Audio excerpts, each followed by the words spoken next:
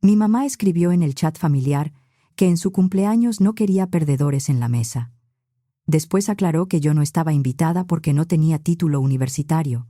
Nadie mencionó que había sido yo quien dejó su beca, su carrera y sus planes para que ellos pudieran comer, estudiar y comprar las medicinas de mi papá. Me llamo Rosalba Aguilar. Antes de todo eso, mi vida era sencilla. Vivíamos en la zona oriente de la Ciudad de México, en una casa pequeña donde siempre faltaba espacio, pero nunca ruido. Éramos mis papás, mis 3 hermanos menores y yo. Después de mí venía Verónica, luego Maribel y al final Ernesto. Desde niña escuché la misma frase: tú eres la grande, pon el ejemplo. A veces sonaba a cariño, otras veces era una orden. Yo la acepté porque así era la casa. Mi papá trabajaba en una fábrica, con turnos largos y las manos ásperas. Mi mamá hacía trabajo administrativo de medio tiempo en una oficina chica. No nos sobraba nada, pero alcanzaba. En la prepa me fue bien. No era la alumna perfecta, pero era constante. Entregaba tareas, estudiaba y trataba de no darle problemas a nadie.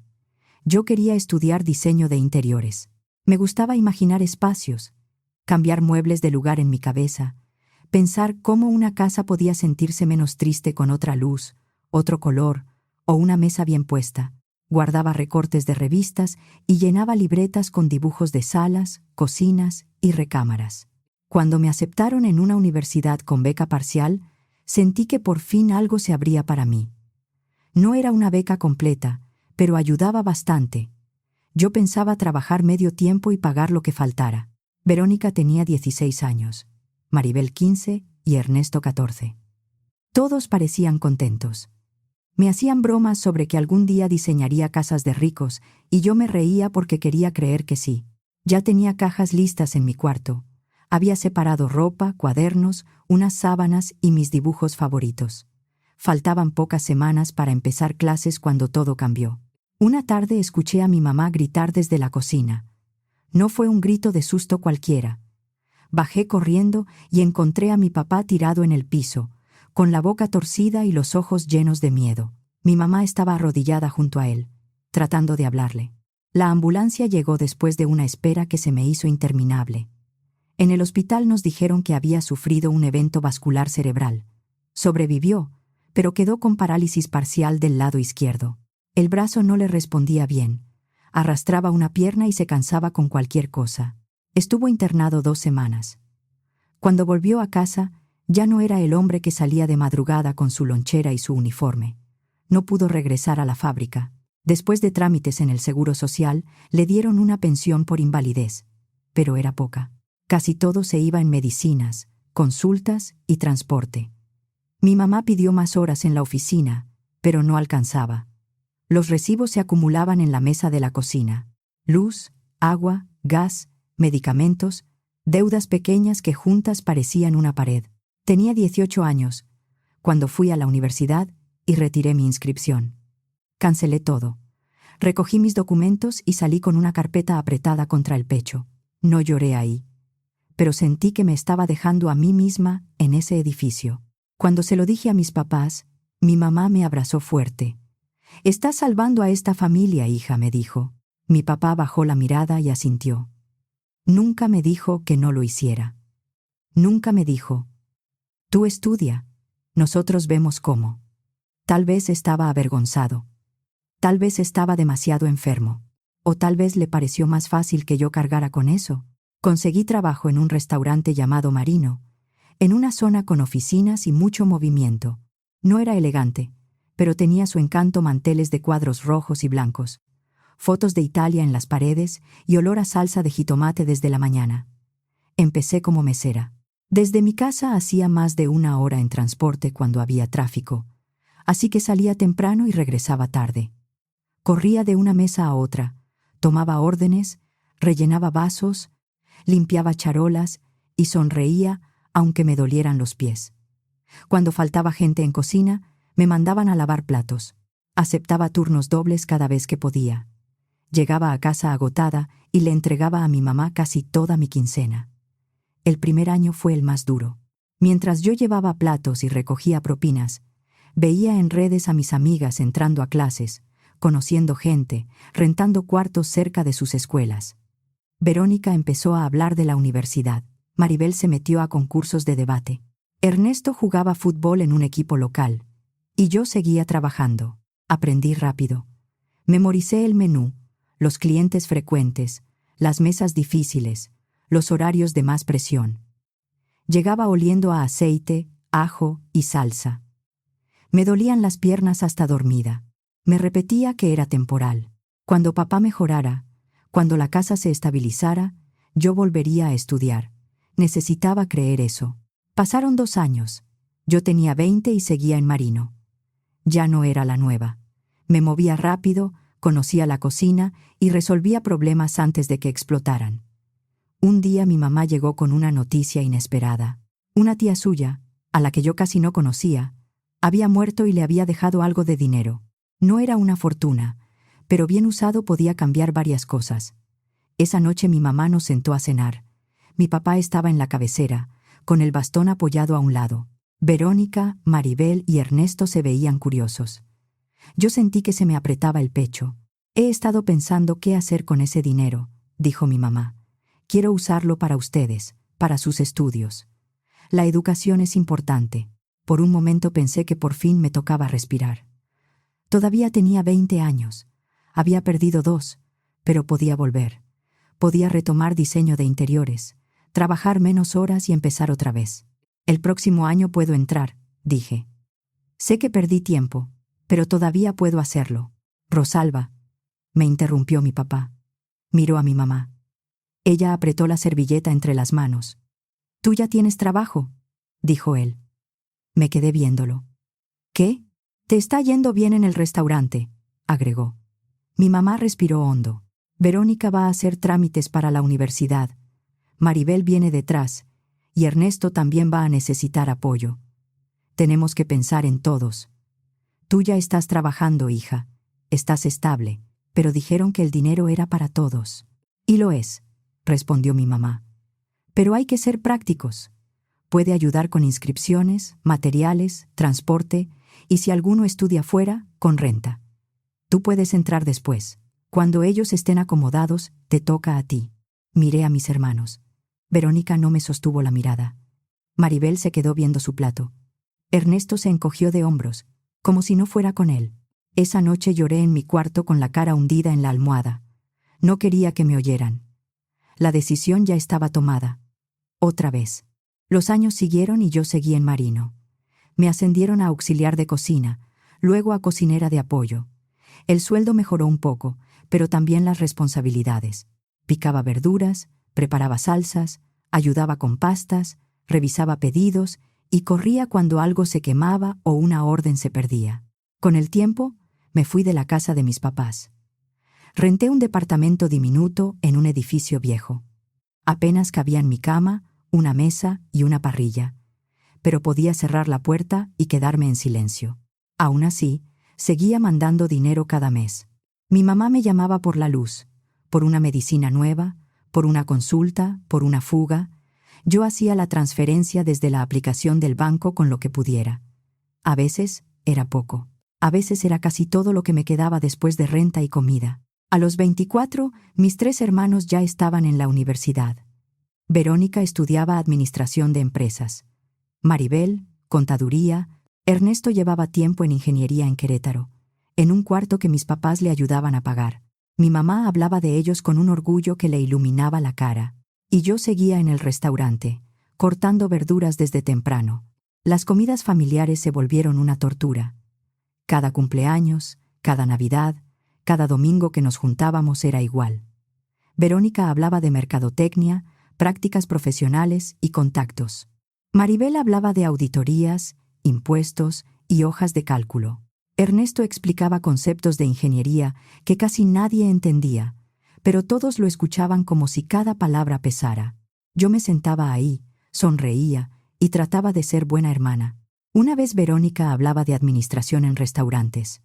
Yo comenté algo que había aprendido trabajando en Marino, cómo se desperdicia menos cuando el menú semanal se planea bien y el inventario se revisa de verdad. Verónica soltó una risita. «Rosalba, Tú no entenderías bien esto, dijo. Es diferente cuando estudias la teoría. Esto es nivel universitario. Trabajo en un restaurante, respondí. Algo sé del tema. No es lo mismo, intervino Maribel. Lo que Verónica está viendo es estrategia de negocios, no solo estar ahí haciendo cosas. Ernesto asintió, sin ánimo de ofender, pero hay diferencia entre hacer un trabajo y entender los principios detrás. Se rieron. Los tres. Mi mamá y mi papá siguieron comiendo.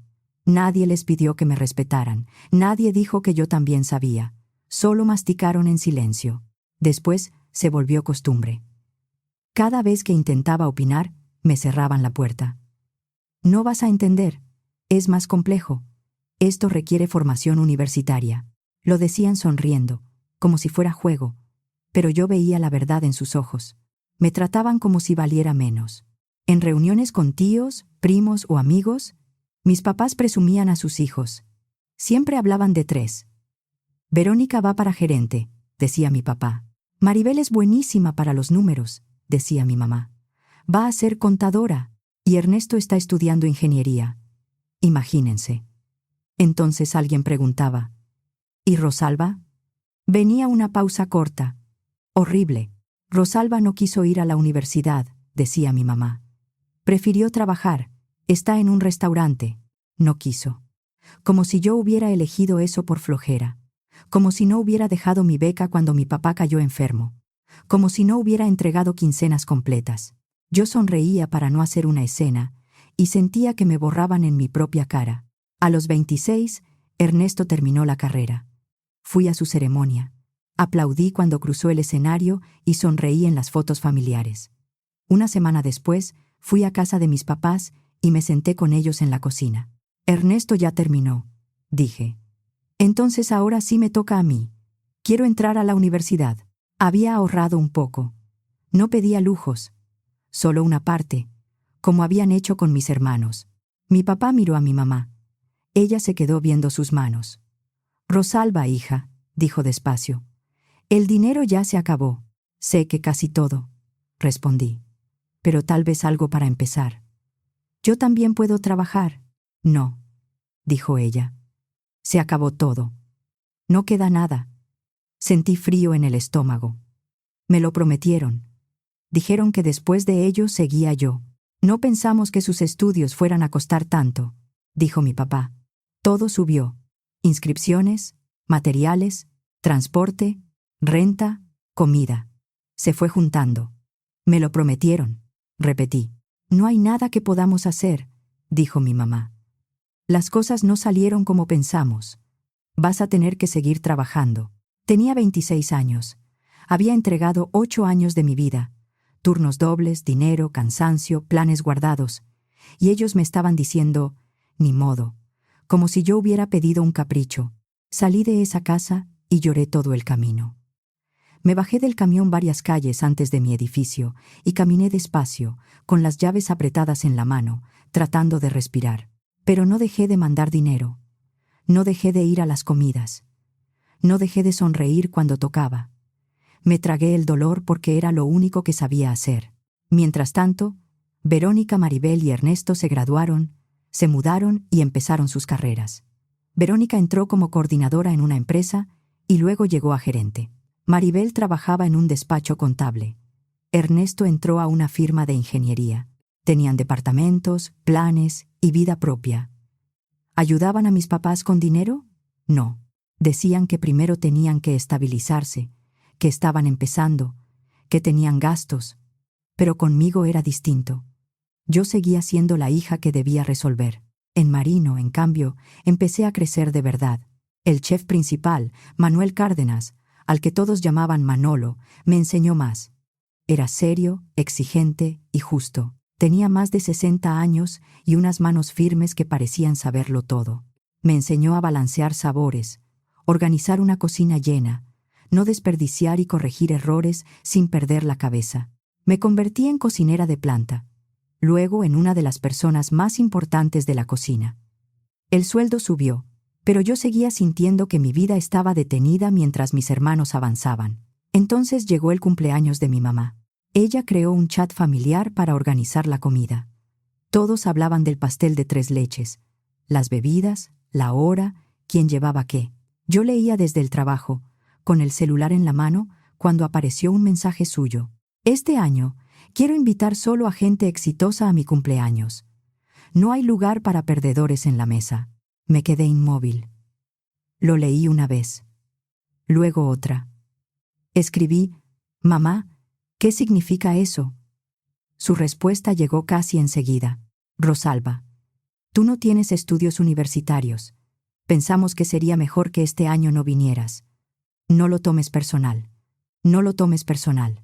Mi propia madre me estaba quitando la invitación a su cumpleaños porque yo no tenía título, porque era una perdedora para ella. Esperé a que alguien dijera algo. A que Verónica escribiera, «Mamá, no digas eso». A que Maribel dijera, «Es nuestra hermana». A que Ernesto reaccionara. Verónica mandó un emoji riéndose. Maribel mandó otro. Ernesto puso un pulgar arriba. Cerré el chat y dejé el celular sobre la mesa. Ya no necesitaba preguntar nada. Al día siguiente cambié mi número. Bloqueé a todos en redes y, por primera vez en 8 años, no hice la transferencia mensual. Me dio culpa. También miedo, pero esa culpa no pesaba tanto como seguir dejando que me pisaran. Me metí de lleno al trabajo. Tomé turnos extra, ayudé con inventarios, practiqué recetas, limpié, preparé bases para el día siguiente. Cualquier cosa era mejor que quedarme sola pensando en el chat. 2 semanas después, Manolo habló conmigo al cerrar. La cocina olía a pan tostado, salsa y cansancio. Se sentó cerca de la barra de preparación. «Rosalba», me dijo, «me voy a retirar en 2 años». Lo miré sorprendida. «¿En serio?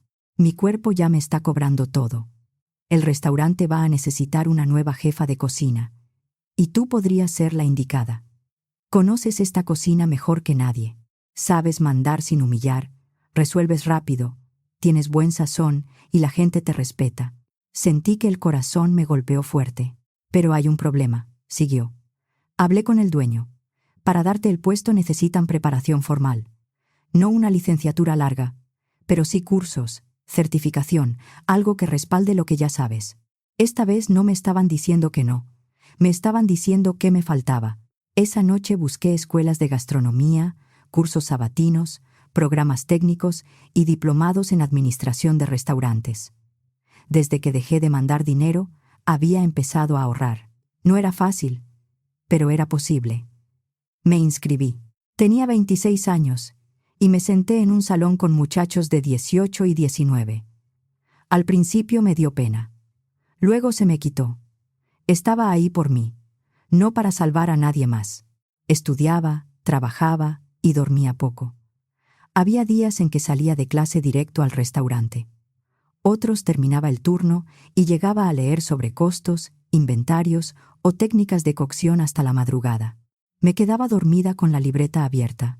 Estaba cansada, sí, pero era un cansancio distinto. Por primera vez en años, tenía sentido.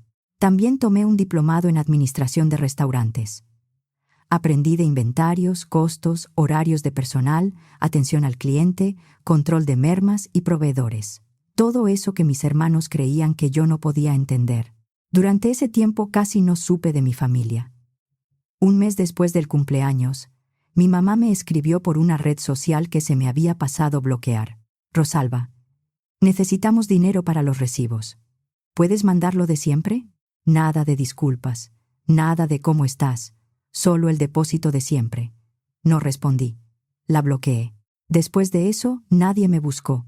Ahí entendí algo que me dolió más que el mensaje del cumpleaños. No me extrañaban. Extrañaban mi dinero. Terminé mis cursos en 2 años. A los 28 recibí mi certificación en gastronomía y mi diplomado. No era diseño de interiores, la carrera que había imaginado a los 18, pero era la primera vez que estudiaba para mí. Cuando Manolo se retiró, yo me convertí en jefa de cocina de Marino. Mi sueldo subió mucho. Ya no era la muchacha que lavaba platos cuando faltaba personal. Ahora dirigía la cocina. Revisaba menús, coordinaba equipos, hablaba con proveedores, capacitaba cocineros nuevos y apagaba incendios antes de que llegaran al comedor. Abrí una página de recetas por gusto.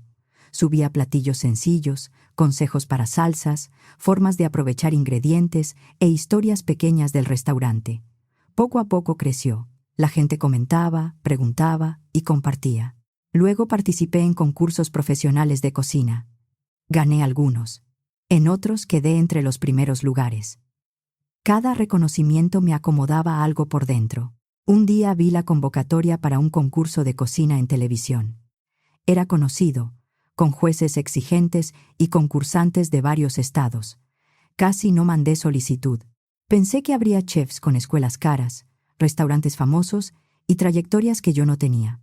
Luego pensé que ya me habían quitado demasiadas cosas por miedo. Mandé mis datos, fotos de platillos, mi historia profesional y un video. Días después me llamaron. Querían que participara. Pedí permiso en el restaurante, organicé todo con mi equipo y fui a grabar. Éramos 12 concursantes. Algunos habían estudiado en el extranjero. Otros venían de cocinas de autor. Yo venía de un restaurante familiar de la Ciudad de México y de años de trabajar de pie. Pero al entrar a la cocina del programa, algo se acomodó. Ahí nadie podía cocinar por mí. No importaba si mi familia me aplaudía. Importaban el sabor, la técnica, el tiempo y la cabeza fría. Pasé ronda tras ronda, casi siempre al borde del tiempo. Cociné con todo lo que sabía. Pensé en Manolo corrigiendo mi corte de cebolla, en las charolas que cargué, en las noches estudiando medio dormida, en cada vez que me dijeron que no iba a entender. Y gané. Cuando dijeron mi nombre, tardé en reaccionar. Me quedé con las manos sobre la boca mientras todos aplaudían. Gané dinero y publicidad, sí, pero lo más importante fue otra cosa esa vez. No hubo nadie que pudiera decir que yo no sabía. Cuando regresé a Marino, el dueño me llamó a su oficina. Se llamaba Ignacio, un hombre práctico, de pocas palabras y buen ojo para el negocio. «Felicidades», me dijo. «Seguro ya te están buscando de otros restaurantes. Polanco, cocinas de autor, lugares con más nombre». Intenté responder, pero levantó una mano. «Quiero que te quedes. Te propongo un contrato formal, dirección de cocina, bono anual ligado a utilidades y una participación minoritaria gradual si cumplimos las metas de crecimiento. Tú serías la cara de Marino en la campaña, en menús especiales y eventos. Y seguirías dirigiendo la cocina». No era solo un aumento. Era entrar al negocio con nombre y responsabilidades. «Sí», dije. «Me quedo». Marino ya no era solo el lugar donde yo había empezado lavando platos. Con la campaña, mi foto apareció en carteles y menús especiales. La gente llegaba porque me había visto en televisión. Querían probar mis platillos, felicitarme, tomarse fotos. Las ventas subieron. Mis ingresos también. Un año después, abrimos un segundo restaurante. Yo participé en el diseño de la cocina, el menú, la capacitación del equipo y la operación. Me convertí en directora de esa nueva sucursal. Tenía 30 años y 2 restaurantes bajo mi responsabilidad. Por esos años me enteré por una tía que Verónica se había casado. Yo seguía hablando con esa tía porque siempre fue amable conmigo. No se metía de más, no me juzgaba. Me contó que la boda había sido grande, con salón, flores, música y toda la familia reunida. A mí no me invitaron. Mi propia hermana se casó y ni siquiera me avisó. También me contó que Ernesto se había comprometido. Otro momento importante del que yo quedaba fuera. Me enteraba por otros, como si fuera una conocida lejana. Después de abrir el segundo restaurante, pude ahorrar de verdad. Compraba ropa sin contar cada peso. Ayudaba a amigas cuando lo necesitaban. Pensaba en mi futuro sin sentir que alguien venía detrás a quitarme lo que ganaba. A los 32 compré un departamento en la Colonia del Valle. No era nuevo ni de lujo, pero tenía buena luz, una cocina amplia y una hipoteca que me iba a acompañar muchos años. Lo compré con crédito, ahorros y mucho cuidado.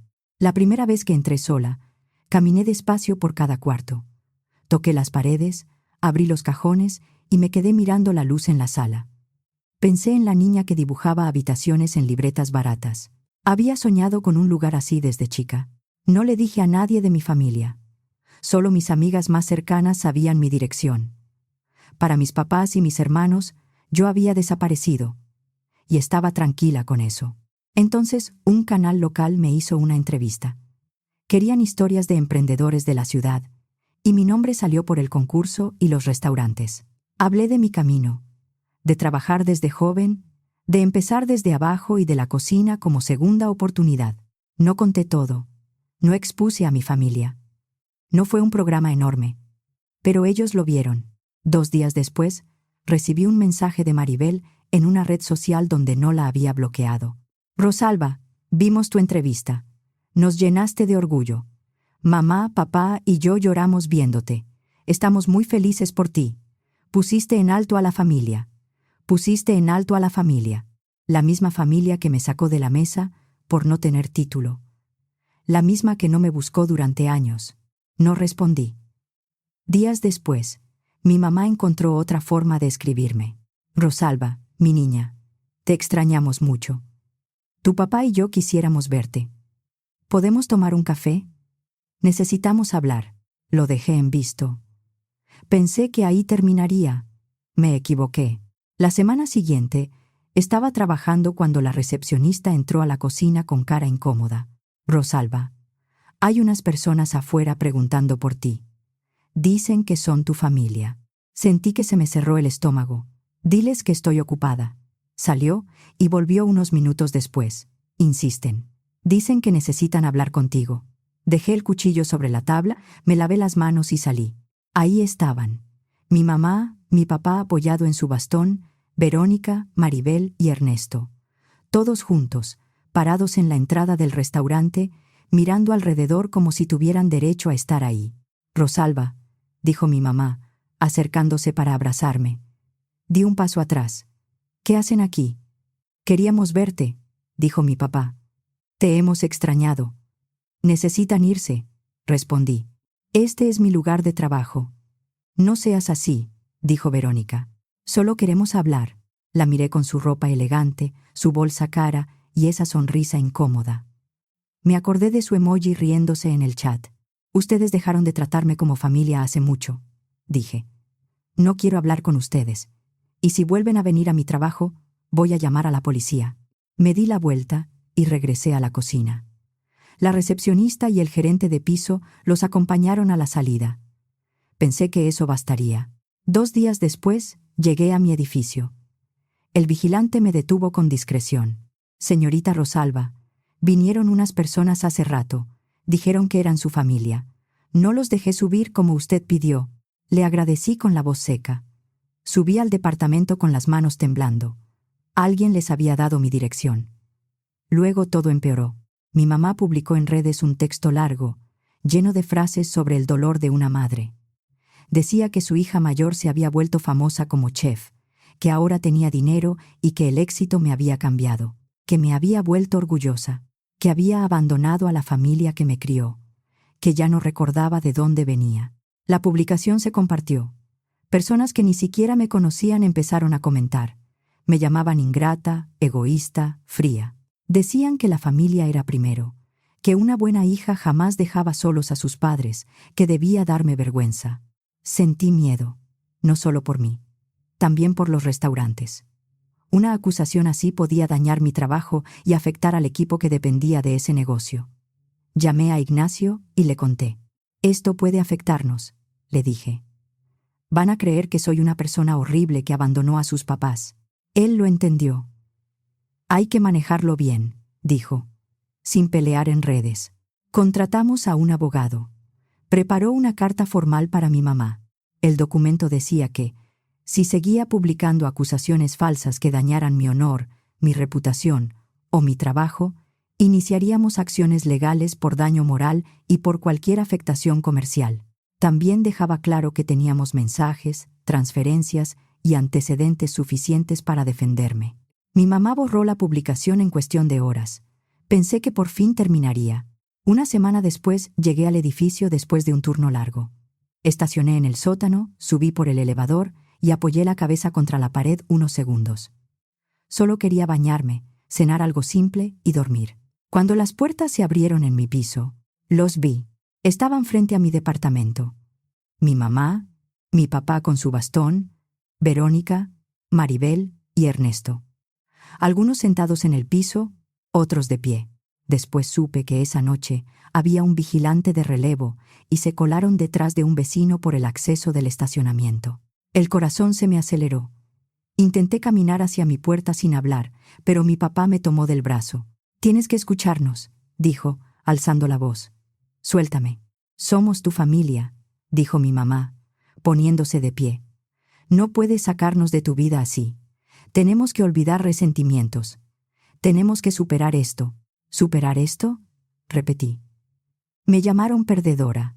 Me sacaron del cumpleaños de mi propia madre, porque no tenía título. Me trataron como si valiera menos durante años. Y ahora que tengo éxito, ahora que tengo dinero, quieren recuperarme. «Era una broma», dijo Verónica.